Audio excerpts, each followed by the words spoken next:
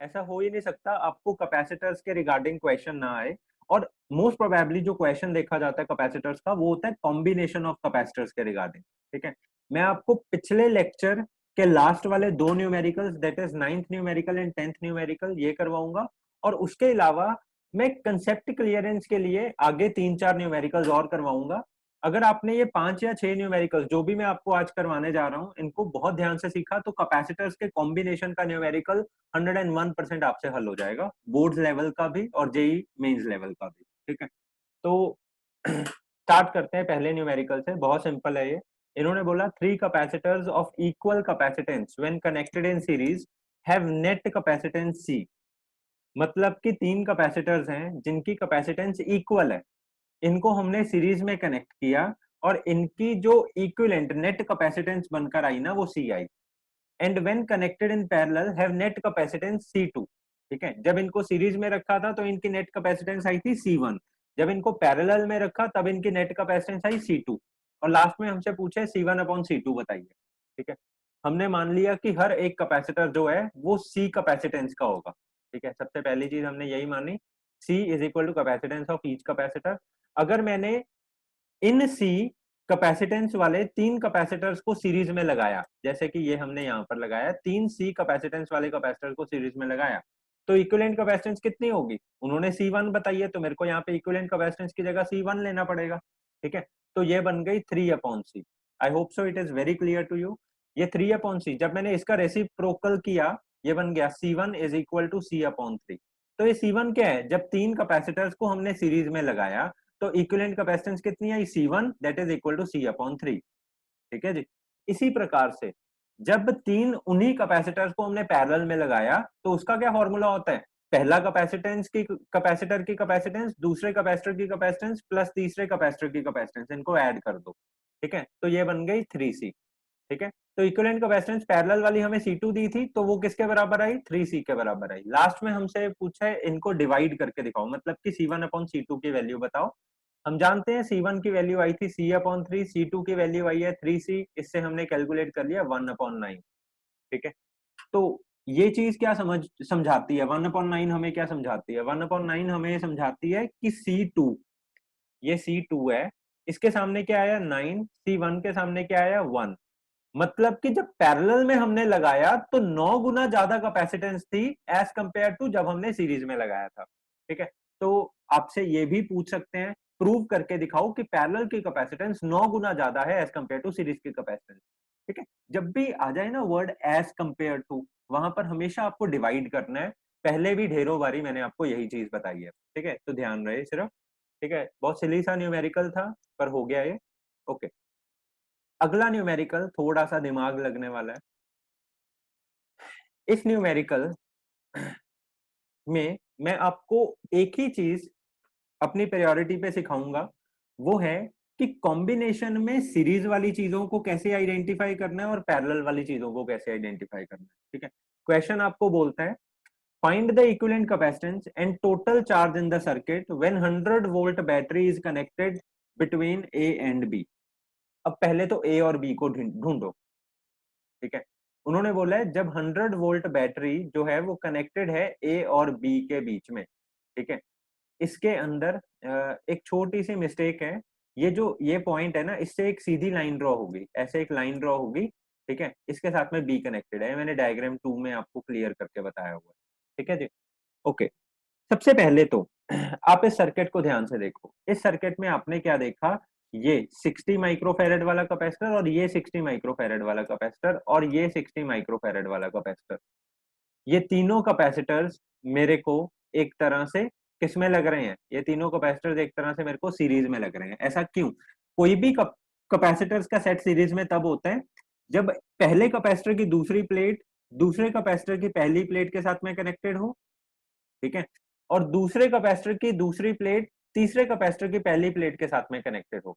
मतलब कि पहले की दूसरी दूसरे की पहली के साथ में कनेक्टेड है, दूसरे की पहली प्लेट तीसरे की पहली प्लेट के साथ में कनेक्टेड है, सॉरी दूसरे की दूसरी प्लेट तीसरे की पहली प्लेट के साथ में कनेक्टेड है। मतलब कि 2 1 2 1 इसका कॉम्बिनेशन इसमें चलता है, दूसरी प्लेट 1 के साथ में कनेक्टेड। फिर से दूसरी प्लेट 1 के साथ में कनेक्टेड। ऐसे ही आगे भी अगर कोई कैपेसिटर लगा होता है जिसमें इसकी दूसरी प्लेट 1 के साथ में उसकी कनेक्टेड होती, तो मैं इसको क्या बोल देता, सीरीज में। तो ये जो तीन कैपेसिटर्स हैं, ये जो तीन कैपेसिटर्स हैं 60 माइक्रो फेरेड वाले, ये तीनों आपस में कैसे हैं, सीरीज में है। तो इनकी इक्विवेलेंट कैपेसिटेंस कितनी होगी, इनकी इक्विवेलेंट कैपेसिटेंस को मैंने बोल दिया C1, वो है 1/60 plus 1/60 plus 1/60 which is equal to 1/20। तो C1 की वैल्यू यहाँ पर क्या आ गई, 20 माइक्रो फेरेड। ओके, बात यहाँ पर समझ में लगती है। ये इन तीनों की जगह पे हम खाली क्या लिख सकते हैं, 20 माइक्रो फेरेड। ओके, ऐसे ही हमने किया, इन तीनों की जगह पे लिख दिया 20 माइक्रो फेरेड।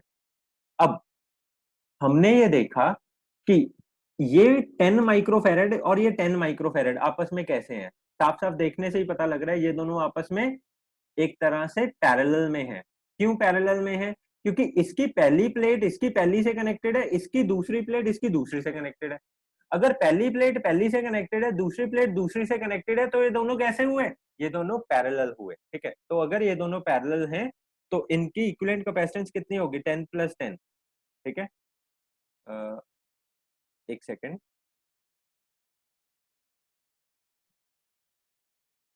हाँ, अगर ये दोनों पैरेलल हैं तो इनकी इक्विवेलेंट कैपेसिटेंस कितनी होगी, 10 + 10।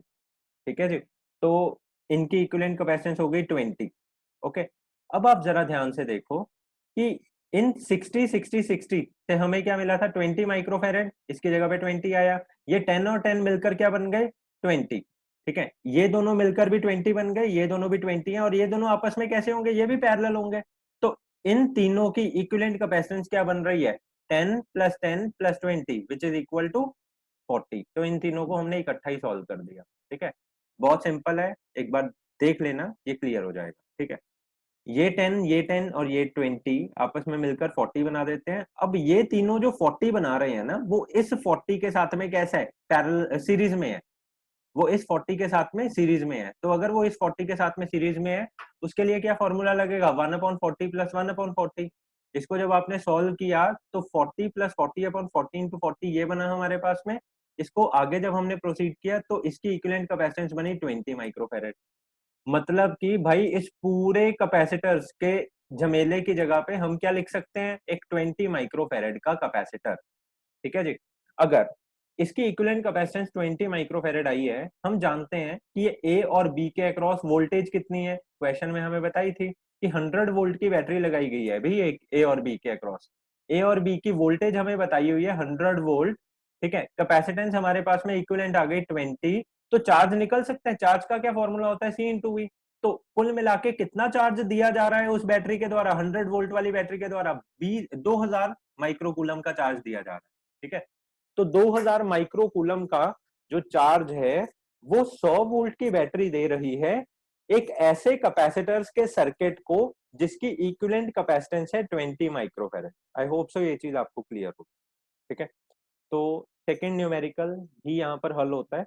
ये न्यूमेरिकल मैंने पहली बार आपसे अभी डिस्कस किया है, तो मैं पहले ही आपके डाउट्स ले लूं कि किसी बच्चे को कोई भी स्टेप में इसकी प्रॉब्लम हो। ठीक है, जरा चैट बॉक्स में मेरे को बताओ इन केस कोई कुछ पूछना चाहता है तो।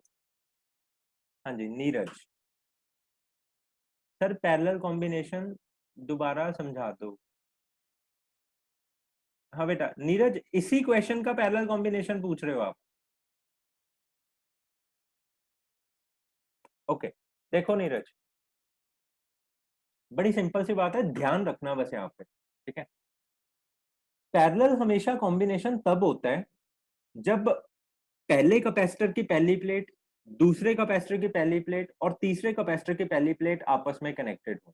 अब देख रहे हो ना, इन तीनों की पहली पहली प्लेट्स आपस में कनेक्टेड हैं और इन तीनों की दूसरी दूसरी प्लेट भी आपस में कनेक्टेड है। तो जब भी कभी भी ऐसा कैपेसिटर आपको देखने को मिले, ऐसा कॉम्बिनेशन आपको देखने को मिले, आपने आंखें बंद करके बोल देना है कि ये कॉम्बिनेशन क्या है, पैरेलल कॉम्बिनेशन है। और पैरेलल कॉम्बिनेशन में हमेशा कैपेसिटेंसेस को हम नॉर्मली ऐड कर देते हैं। जैसे ये और ये आपस में तीनों ये क्या है, पैरेलल है, तो हम इसकी कैपेसिटेंस प्लस इसकी कैपेसिटेंस प्लस इसकी कैपेसिटेंस इन तीनों को ऐड कर देंगे। समझ गए नीरज? ठीक है, तो पैरेलल कॉम्बिनेशन ऐसे जस्टिफाइड होती है। अगर ये सीरीज कॉम्बिनेशन होती, सीरीज कॉम्बिनेशन में क्या चीज होती है, हाँ समझ में आ गया आपको। ठीक है, हाँ बेटा, सीरीज कॉम्बिनेशन में पता क्या होता है, यहाँ पर देखो ये तीनों सीरीज में थे, कैसे पता लगा, इसकी दूसरी प्लेट इसकी पहली से कनेक्टेड है, इसकी दूसरी प्लेट इसकी पहली से कनेक्टेड है, तो ये है सीरीज कॉम्बिनेशन। ठीक है, एक बार सभी मेरे को मैसेज करके बताओ जिनको समझ में लगा या नहीं लगा, जो जो आपके इस न्यूमेरिकल के बारे में रिव्यूज है। किसी को कुछ पूछना है वो पूछ सकता है। अभी मैं इस न्यूमेरिकल के अकेले डाउट्स ले रहा हूँ, तो आप खाली इसी न्यूमेरिकल की बात को मेरे मेरे से करोगे। हाँ जी बेटा, थोड़ा क्विक करो, आगे भी हमने चलना है। ठीक है, तमन क्लियर है आपको? चलो ठीक है बेटा, आगे चलते हैं फिर हम।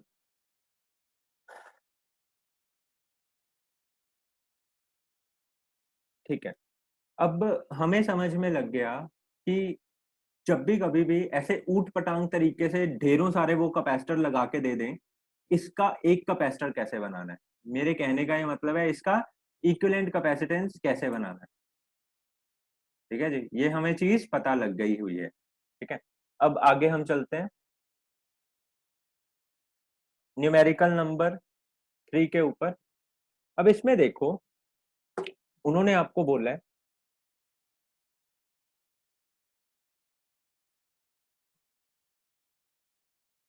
उन्होंने आपको बोला है if C1 is equal to 3 picofarad, C2 is equal to 2 picofarad, calculate the equivalent capacitance of the given network between points A and B।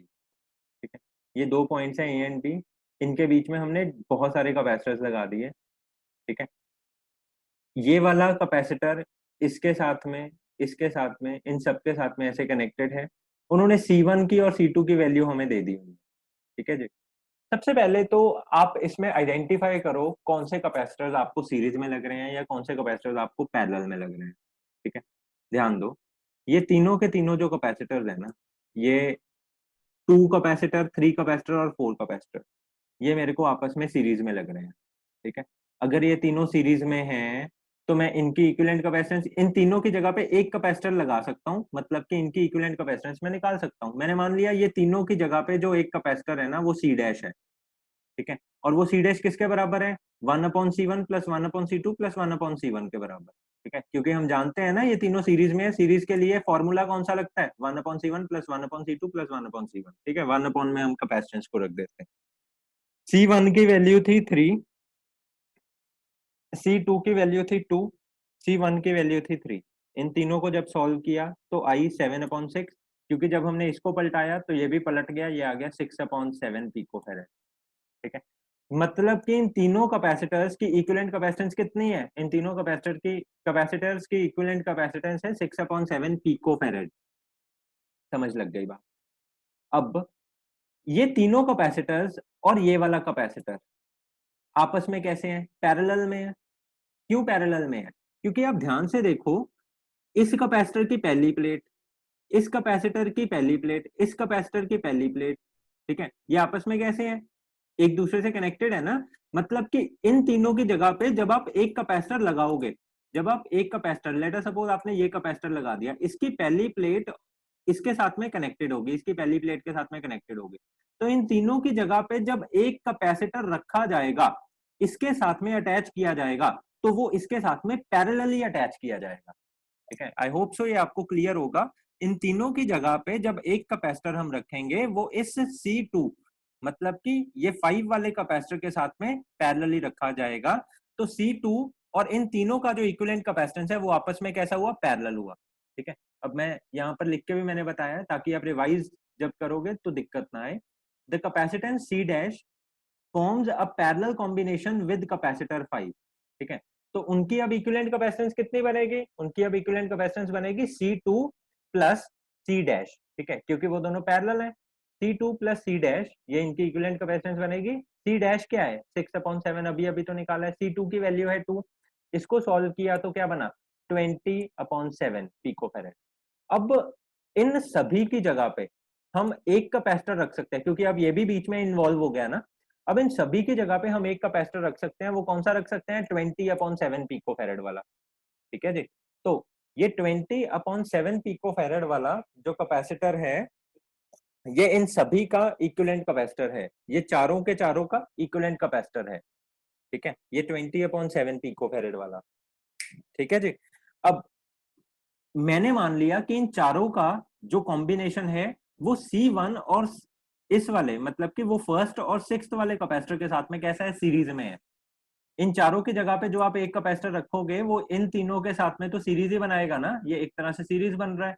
अब इन तीनों का इक्विवेलेंट कैपेसिटेंस क्या बना, ठीक है, ये 20/7 और ये पहला कैपेसिटर और ये सिक्स्थ कैपेसिटर आपस में कैसे है, सीरीज में है, ठीक है। मतलब कि 1/20/7 वाला कैपेसिटर प्लस 1/C1 वाला कैपेसिटर प्लस 1/C1 वाला कैपेसिटर, ये आपस में कैसे हैं, सीरीज में है। तो 20/7 वाले को मैं पलटा के क्या लिख सकता हूँ, 7/20 प्लस C1 को हम लिख सकते हैं 3 प्लस C1 को फिर से लिख सकते हैं हम 3। तो इन तीनों की इक्विवेलेंट कैपेसिटेंस सीरीज वालों की बनी 61/60, जिसको हम पलटा के लिख सकते हैं 60/61, ठीक है जी। तो ध्यान दो, ये सभी के सभी कैपेसिटर्स की इक्विवेलेंट कैपेसिटेंस क्या बन रही है हमारी, इसकी इक्विवेलेंट कैपेसिटेंस बन रही है 60/61 पिकोफैरेड। मतलब कि ये सभी कैपेसिटर्स की जगह पे बस एक कैपेसिटर लगा दो 60/61 पिकोफैरेड वाला, वो इसकी होगी इक्विवेलेंट कैपेसिटेंस, ठीक है। यही हमसे इन्होंने पूछा था, calculate the equivalent capacitance of the given network between A and B and that we have calculated, ठीक है, ओके। अब चलते हैं हम अगले न्यूमेरिकल की तरफ। ये न्यूमेरिकल बहुत ज्यादा बारी पेपर में आ चुका है, ठीक है, 18 में भी आया था, 17 में भी आया था और 12, 13, 14, 15, ठीक है। इन चारों के चारों क्वेश्चंस में मतलब कि चारों के चारों बोर्ड के एग्जाम्स में कंटिन्यूअसली पूछा गया, केवल वैल्यूज इसकी चेंज हुआ करती थी, ठीक है। इसको हम जरा डिस्कस करते हैं, ओके। सबसे पहले इन्होंने हमें बोला है, from the network shown in the figure find the value of the capacitance C. समझ में लगती है बात। उन्होंने बोला इस फिगर में जो नेटवर्क है, इस नेटवर्क से ये सी कैपेसिटर की वैल्यू बताओ, ठीक है। If the equivalent capacitance between A and B, अगर ए और बी के बीच की जो इक्विवेलेंट कैपेसिटेंस मतलब कि इन पूरे यही है ना ए और बी के बीच में, तो ये ए पॉइंट है, ये बी पॉइंट है, ठीक है। इन ए और बी के बीच में पूरे कैपेसिटर्स आ रहे हैं।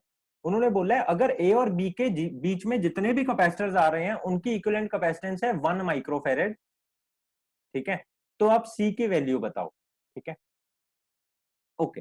सबसे पहली बात,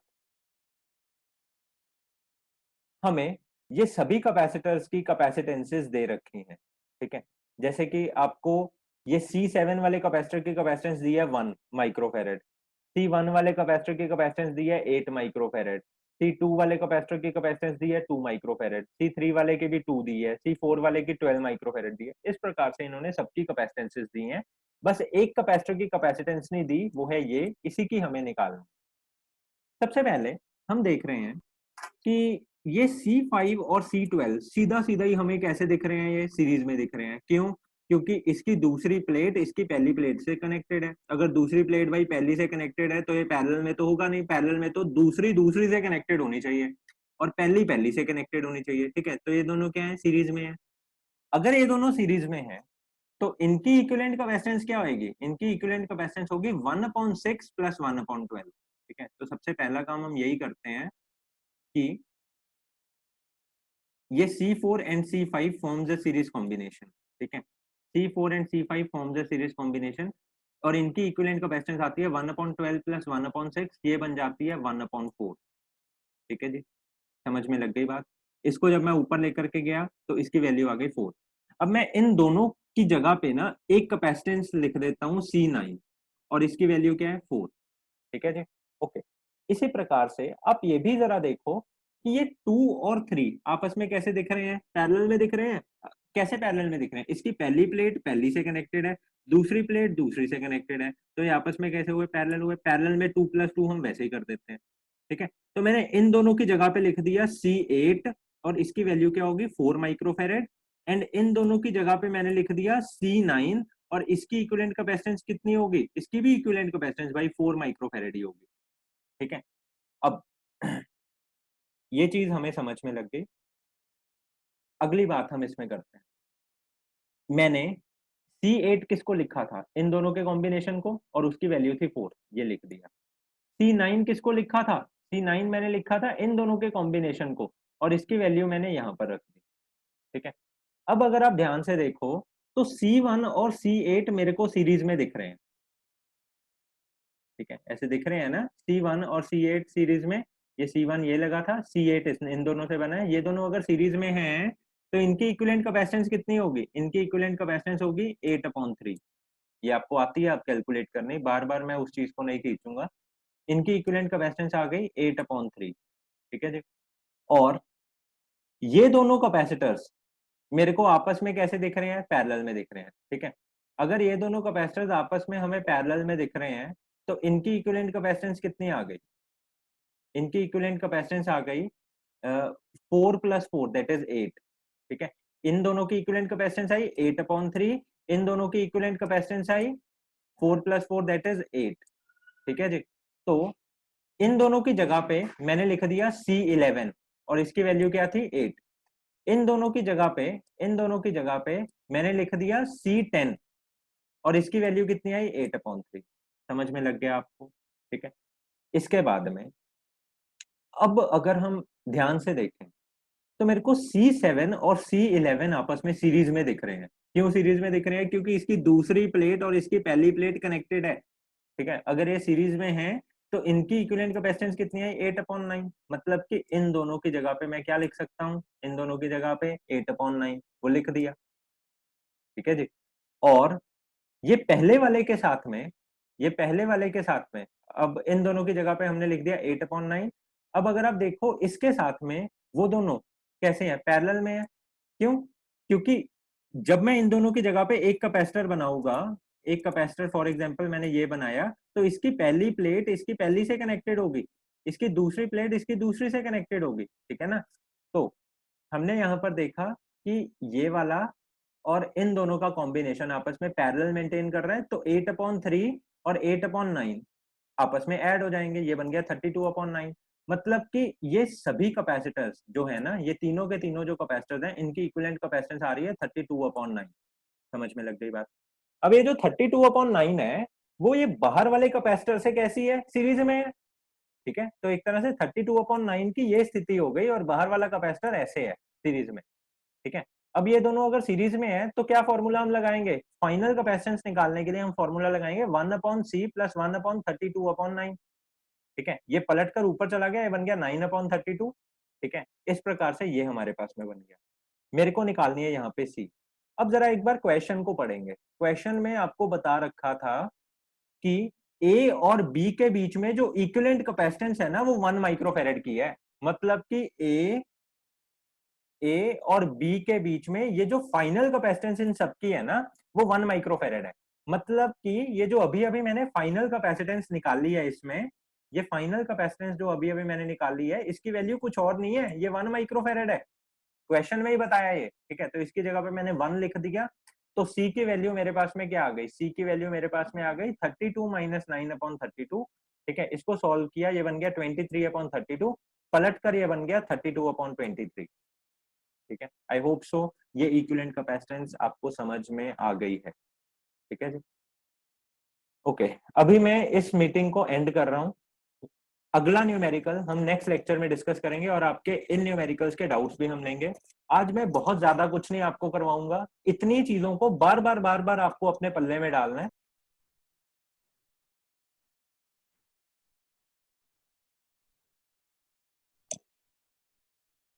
ठीक है जी, इतनी ही चीजों को बार बार आपने सीखना है। ठीक है, बाकी की चीजें हम नेक्स्ट लेक्चर में डिस्कस करते हैं, अभी मैं इस मीटिंग को जरा एंड कर रहा हूँ। ओके।